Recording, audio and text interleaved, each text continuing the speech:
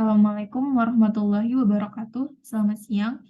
Perkenalkan, nama saya Dian Alizah Lubis dengan NIM 20105120773 dari Fakultas Ilmu Komputer, Prodi S1 Sistem Informasi Universitas Pembangunan Nasional Veteran Jakarta.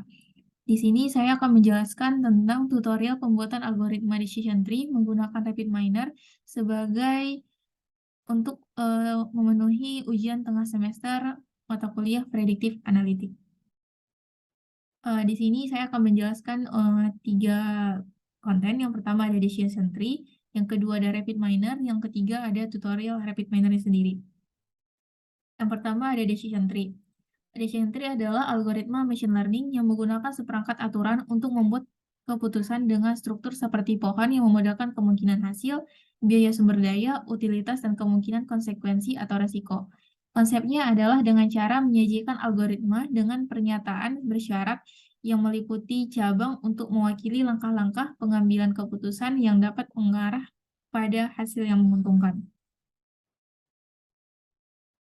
Yang kedua ada RapidMiner.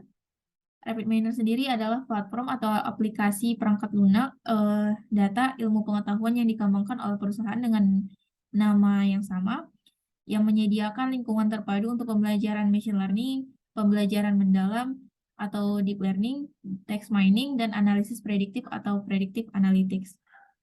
Yang ketiga ada tutorial RapidMiner.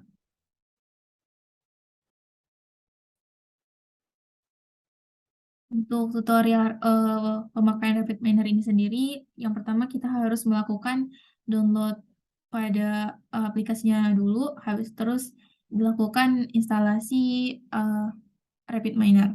Setelah selesai, di sini ada tampilan workframe-nya.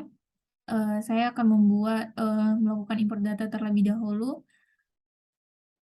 Import data, mengambil data dari My Computer. Lalu datanya ada di PC, download.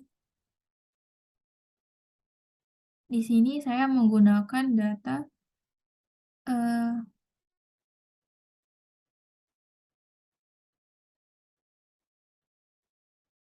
heart disease untuk mengecek kemungkinan penyakit jantung. Ini di sini ada atribut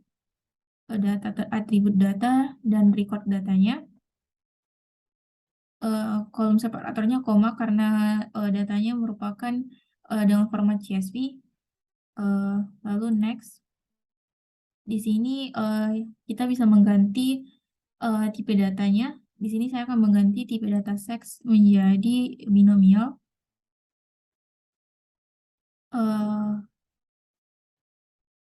Saya juga akan mengganti tipe data untuk result.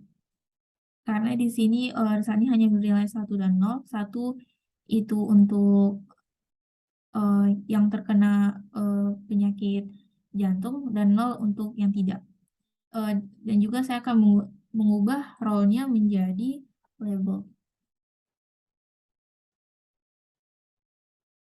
Lalu next, di sini adalah tempat kita menyimpan data. Saya akan menyimpan data di local repository, lalu finish.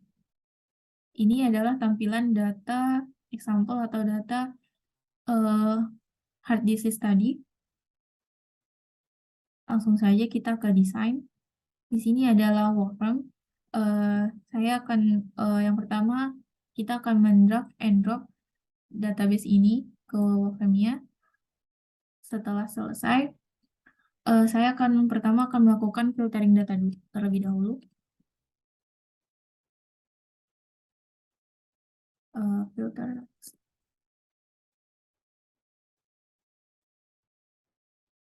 Di sini kita akan menyambungkan out dengan example. Lalu ini adalah membuat filter untuk database tersebut. Di sini saya akan memasukkan seluruh atribut untuk mengecek apakah ada data yang missing atau tidak.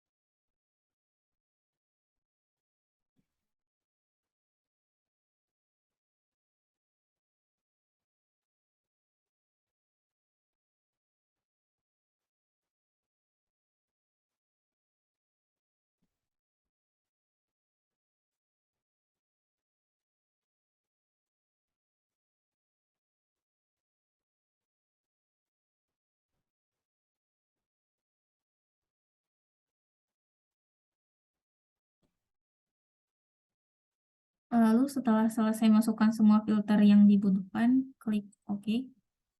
Di sini saya akan menyambungkan example dengan result. Dan jika kita running, hasilnya adalah di sini pada statistik missingnya semua 0. Kita akan kembali lagi ke desain. Di sini saya akan menghapus penghubungnya dulu. Lalu kita akan melakukan split data.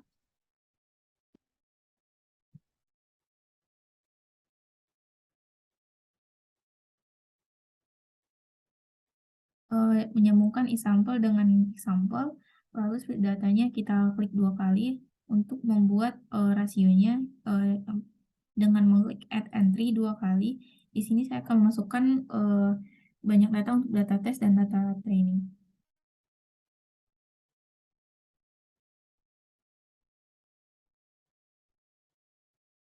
Lalu kita klik OK.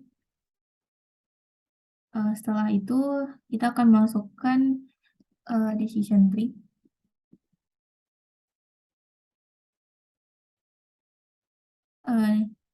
Kita akan menghubungkan par dengan training data, lalu memasukkan apply model.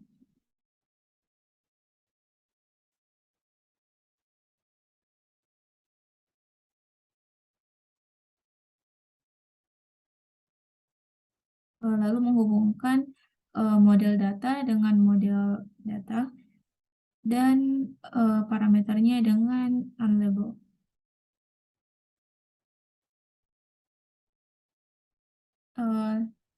Dan juga memasukkan performance untuk mengecek performance dari data yang digunakan.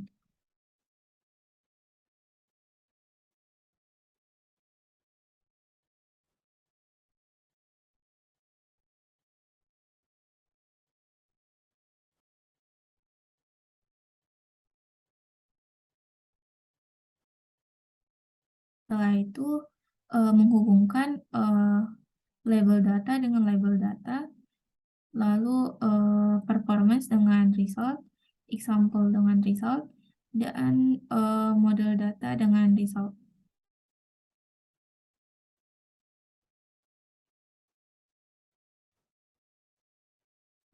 Setelah itu kita akan running datanya, lalu akan didapatkan hasil dari tree atau decision tree-nya. Di sini saya akan melakukan zoom out terlebih dahulu untuk melihat secara keseluruhan.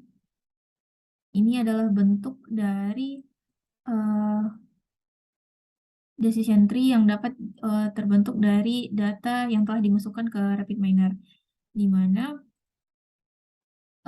root node-nya adalah old peak, di mana jika OP-nya lebih besar dari 2,45, nilainya sama dengan 1 atau orang tersebut menderita penyakit jantung. Jika lebih besar atau sama dengan 2,45, kita akan mengecek resting blood pressure. Jika lebih besar dari 173, maka dia terkena penyakit jantung. Jika lebih kecil atau sama dengan 173, akan dicek number of major vessel. Setelah itu, jika nilainya lebih besar dari 0,5, maka akan dilihat age atau umur dari orang tersebut.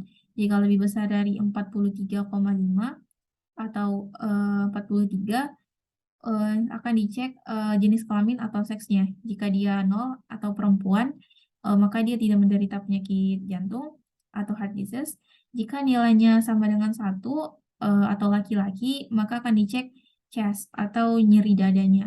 Jika lebih besar dari 3,5, maka dia menderita penyakit jantung. Jika lebih kecil dari 3,5, maka akan dilihat lagi usianya atau age. Jika usianya lebih besar dari 50,5, maka akan dilihat serum kolesterolnya. Jika lebih besar dari 279, maka orang tersebut bernilai 1 atau orang tersebut menderita penyakit jantung. Jika lebih kecil atau sama dengan 273, dia tidak menderita penyakit jantung. Jika umurnya lebih kecil atau sama dengan 50,5, maka orang tersebut menderita penyakit jantung. Eh, Lalu jika number of major vessel-nya lebih kecil atau sama dengan 0,5, maka akan dilihat talnya. Jika tal lebih besar dari 6,5, maka akan dilihat dari atribut resting blood pressure. Jika lebih besar dari 109, maka orang tersebut menderita penyakit jantung. Jika lebih kecil atau sama dengan 109, maka orang tersebut tidak menderita penyakit jantung atau heart disease. Jika talnya lebih kecil sampai dengan 6,5, maka akan dicek atribut age atau usianya. Jika lebih besar dari 57,5, maka akan dicek serum kolesterol. Jika lebih besar dari 277,5,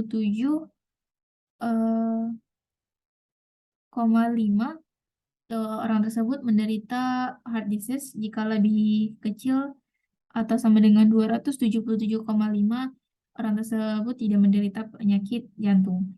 Jika usianya lebih kecil atau sama dengan 57,5, orang tersebut tidak menderita penyakit jantung. Untuk performance-nya sendiri,